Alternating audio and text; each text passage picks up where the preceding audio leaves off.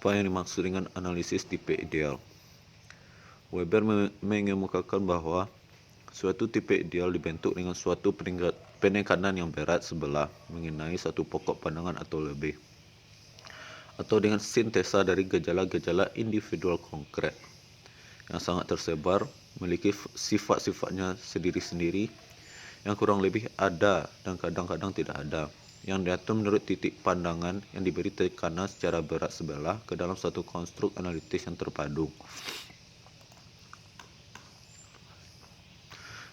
Tipe ideal merupakan bentuk sebuah pemahaman sifat hubungan dari unsur-unsur nyata yang sengaja dibuat dan dianalisis bersifat konsisten serta logis, serta diambil kesimpulan yang bersumber dari kekonsistensian tersebut secara keseluruhan, padu dan kompak. Max Weber menggunakan istilah kelompok status adalah pada sekelompok orang yang memiliki tingkat yang sama dalam keadaan hal, kekayaan, dan pendapatan. Sebagai contoh, beberapa pekerja di Amerika Serikat mencoba untuk mendukung keluarganya melalui upah minimum mereka.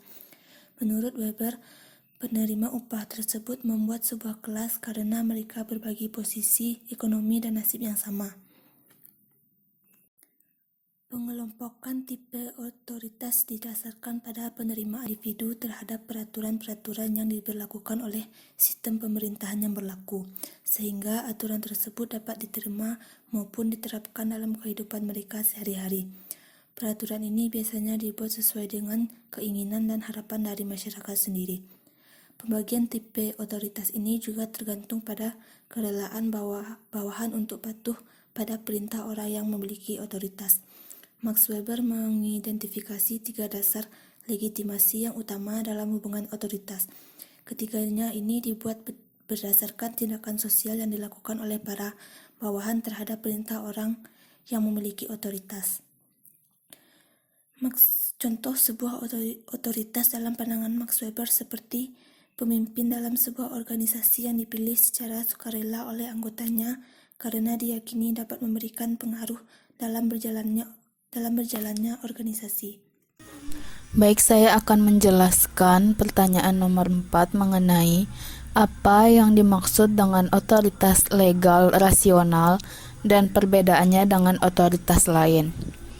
Otoritas legal rasional ialah otoritas yang didasarkan pada komitmen terhadap seperangkat peraturan yang diundang-undangkan secara resmi dan diatur secara impersonal atau berserikat. Tipe ini erat kaitannya dengan rasional instrumental, yaitu suatu tindakan yang dipikirkan dengan penuh kesadaran dan pertimbangan guna mencapai cita-cita atau tujuan yang ingin dicapainya. Dan tipe ini cenderung mengutamakan birokrasi, politik, dan ekonomi.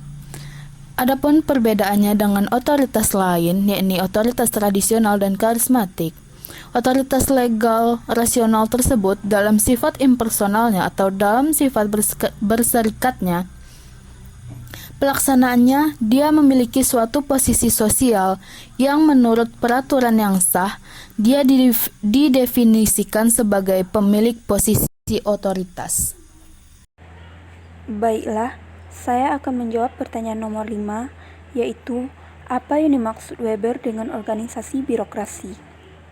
Birokrasi ialah alat kekuasaan bagi yang menguasainya, di mana para pejabatnya secara bersama-sama berkepentingan dalam kontinuitasnya. Weber memandang birokrasi sebagai arti umum, luas, serta merupakan tipe birokrasi yang rasional.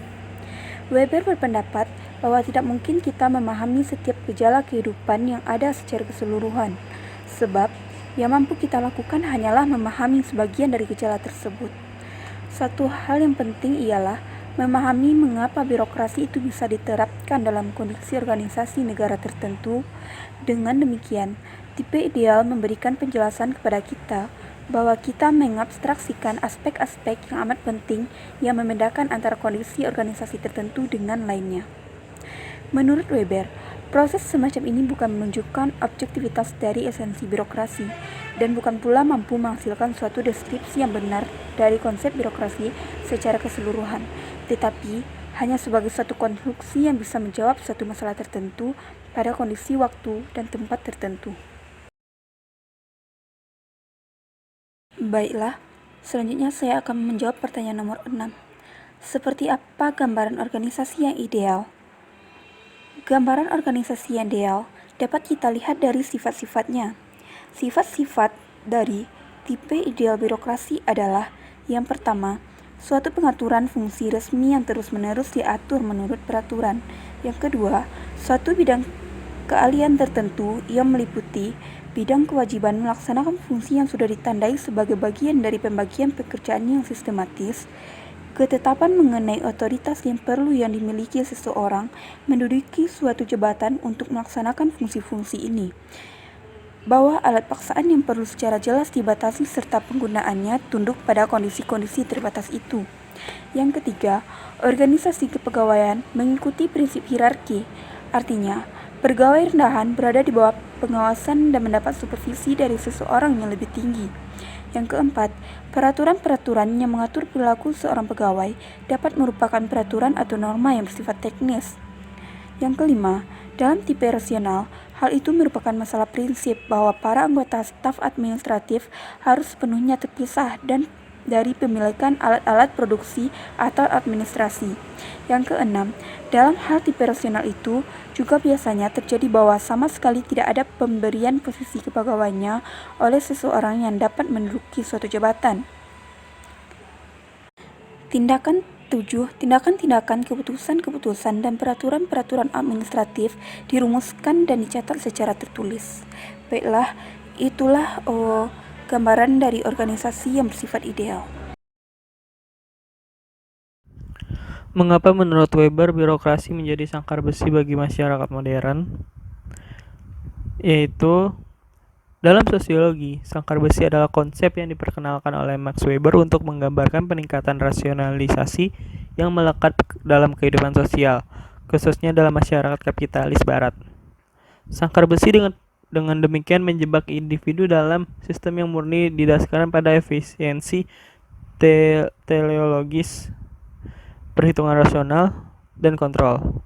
Weber juga menggambarkan birokratisasi tatanan sosial sebagai malam kutub kegelapan es. Istilah Jerman asli ialah Stahlhartes Gehaus atau casing baja atau keras. Ini diterjemahkan ke dalam sangkar besi, sebuah ungkapan yang dibuat akrab bagi penutur bahasa Inggris oleh Talcott Parsons dalam terjemahan 1930-nya dari Weber, The Protestant Ethic and Spirit of Capitalism. Pilihan ini telah dipertanyakan baru-baru ini oleh para sarjana yang lebih suka terjemahan yang langsung sel sekeras baja. Weber menjadi peduli dengan tindakan sosial dan makna subjektif yang dilekatkan manusia pada tindakan dan interaksi mereka dalam konteks sosial tertentu.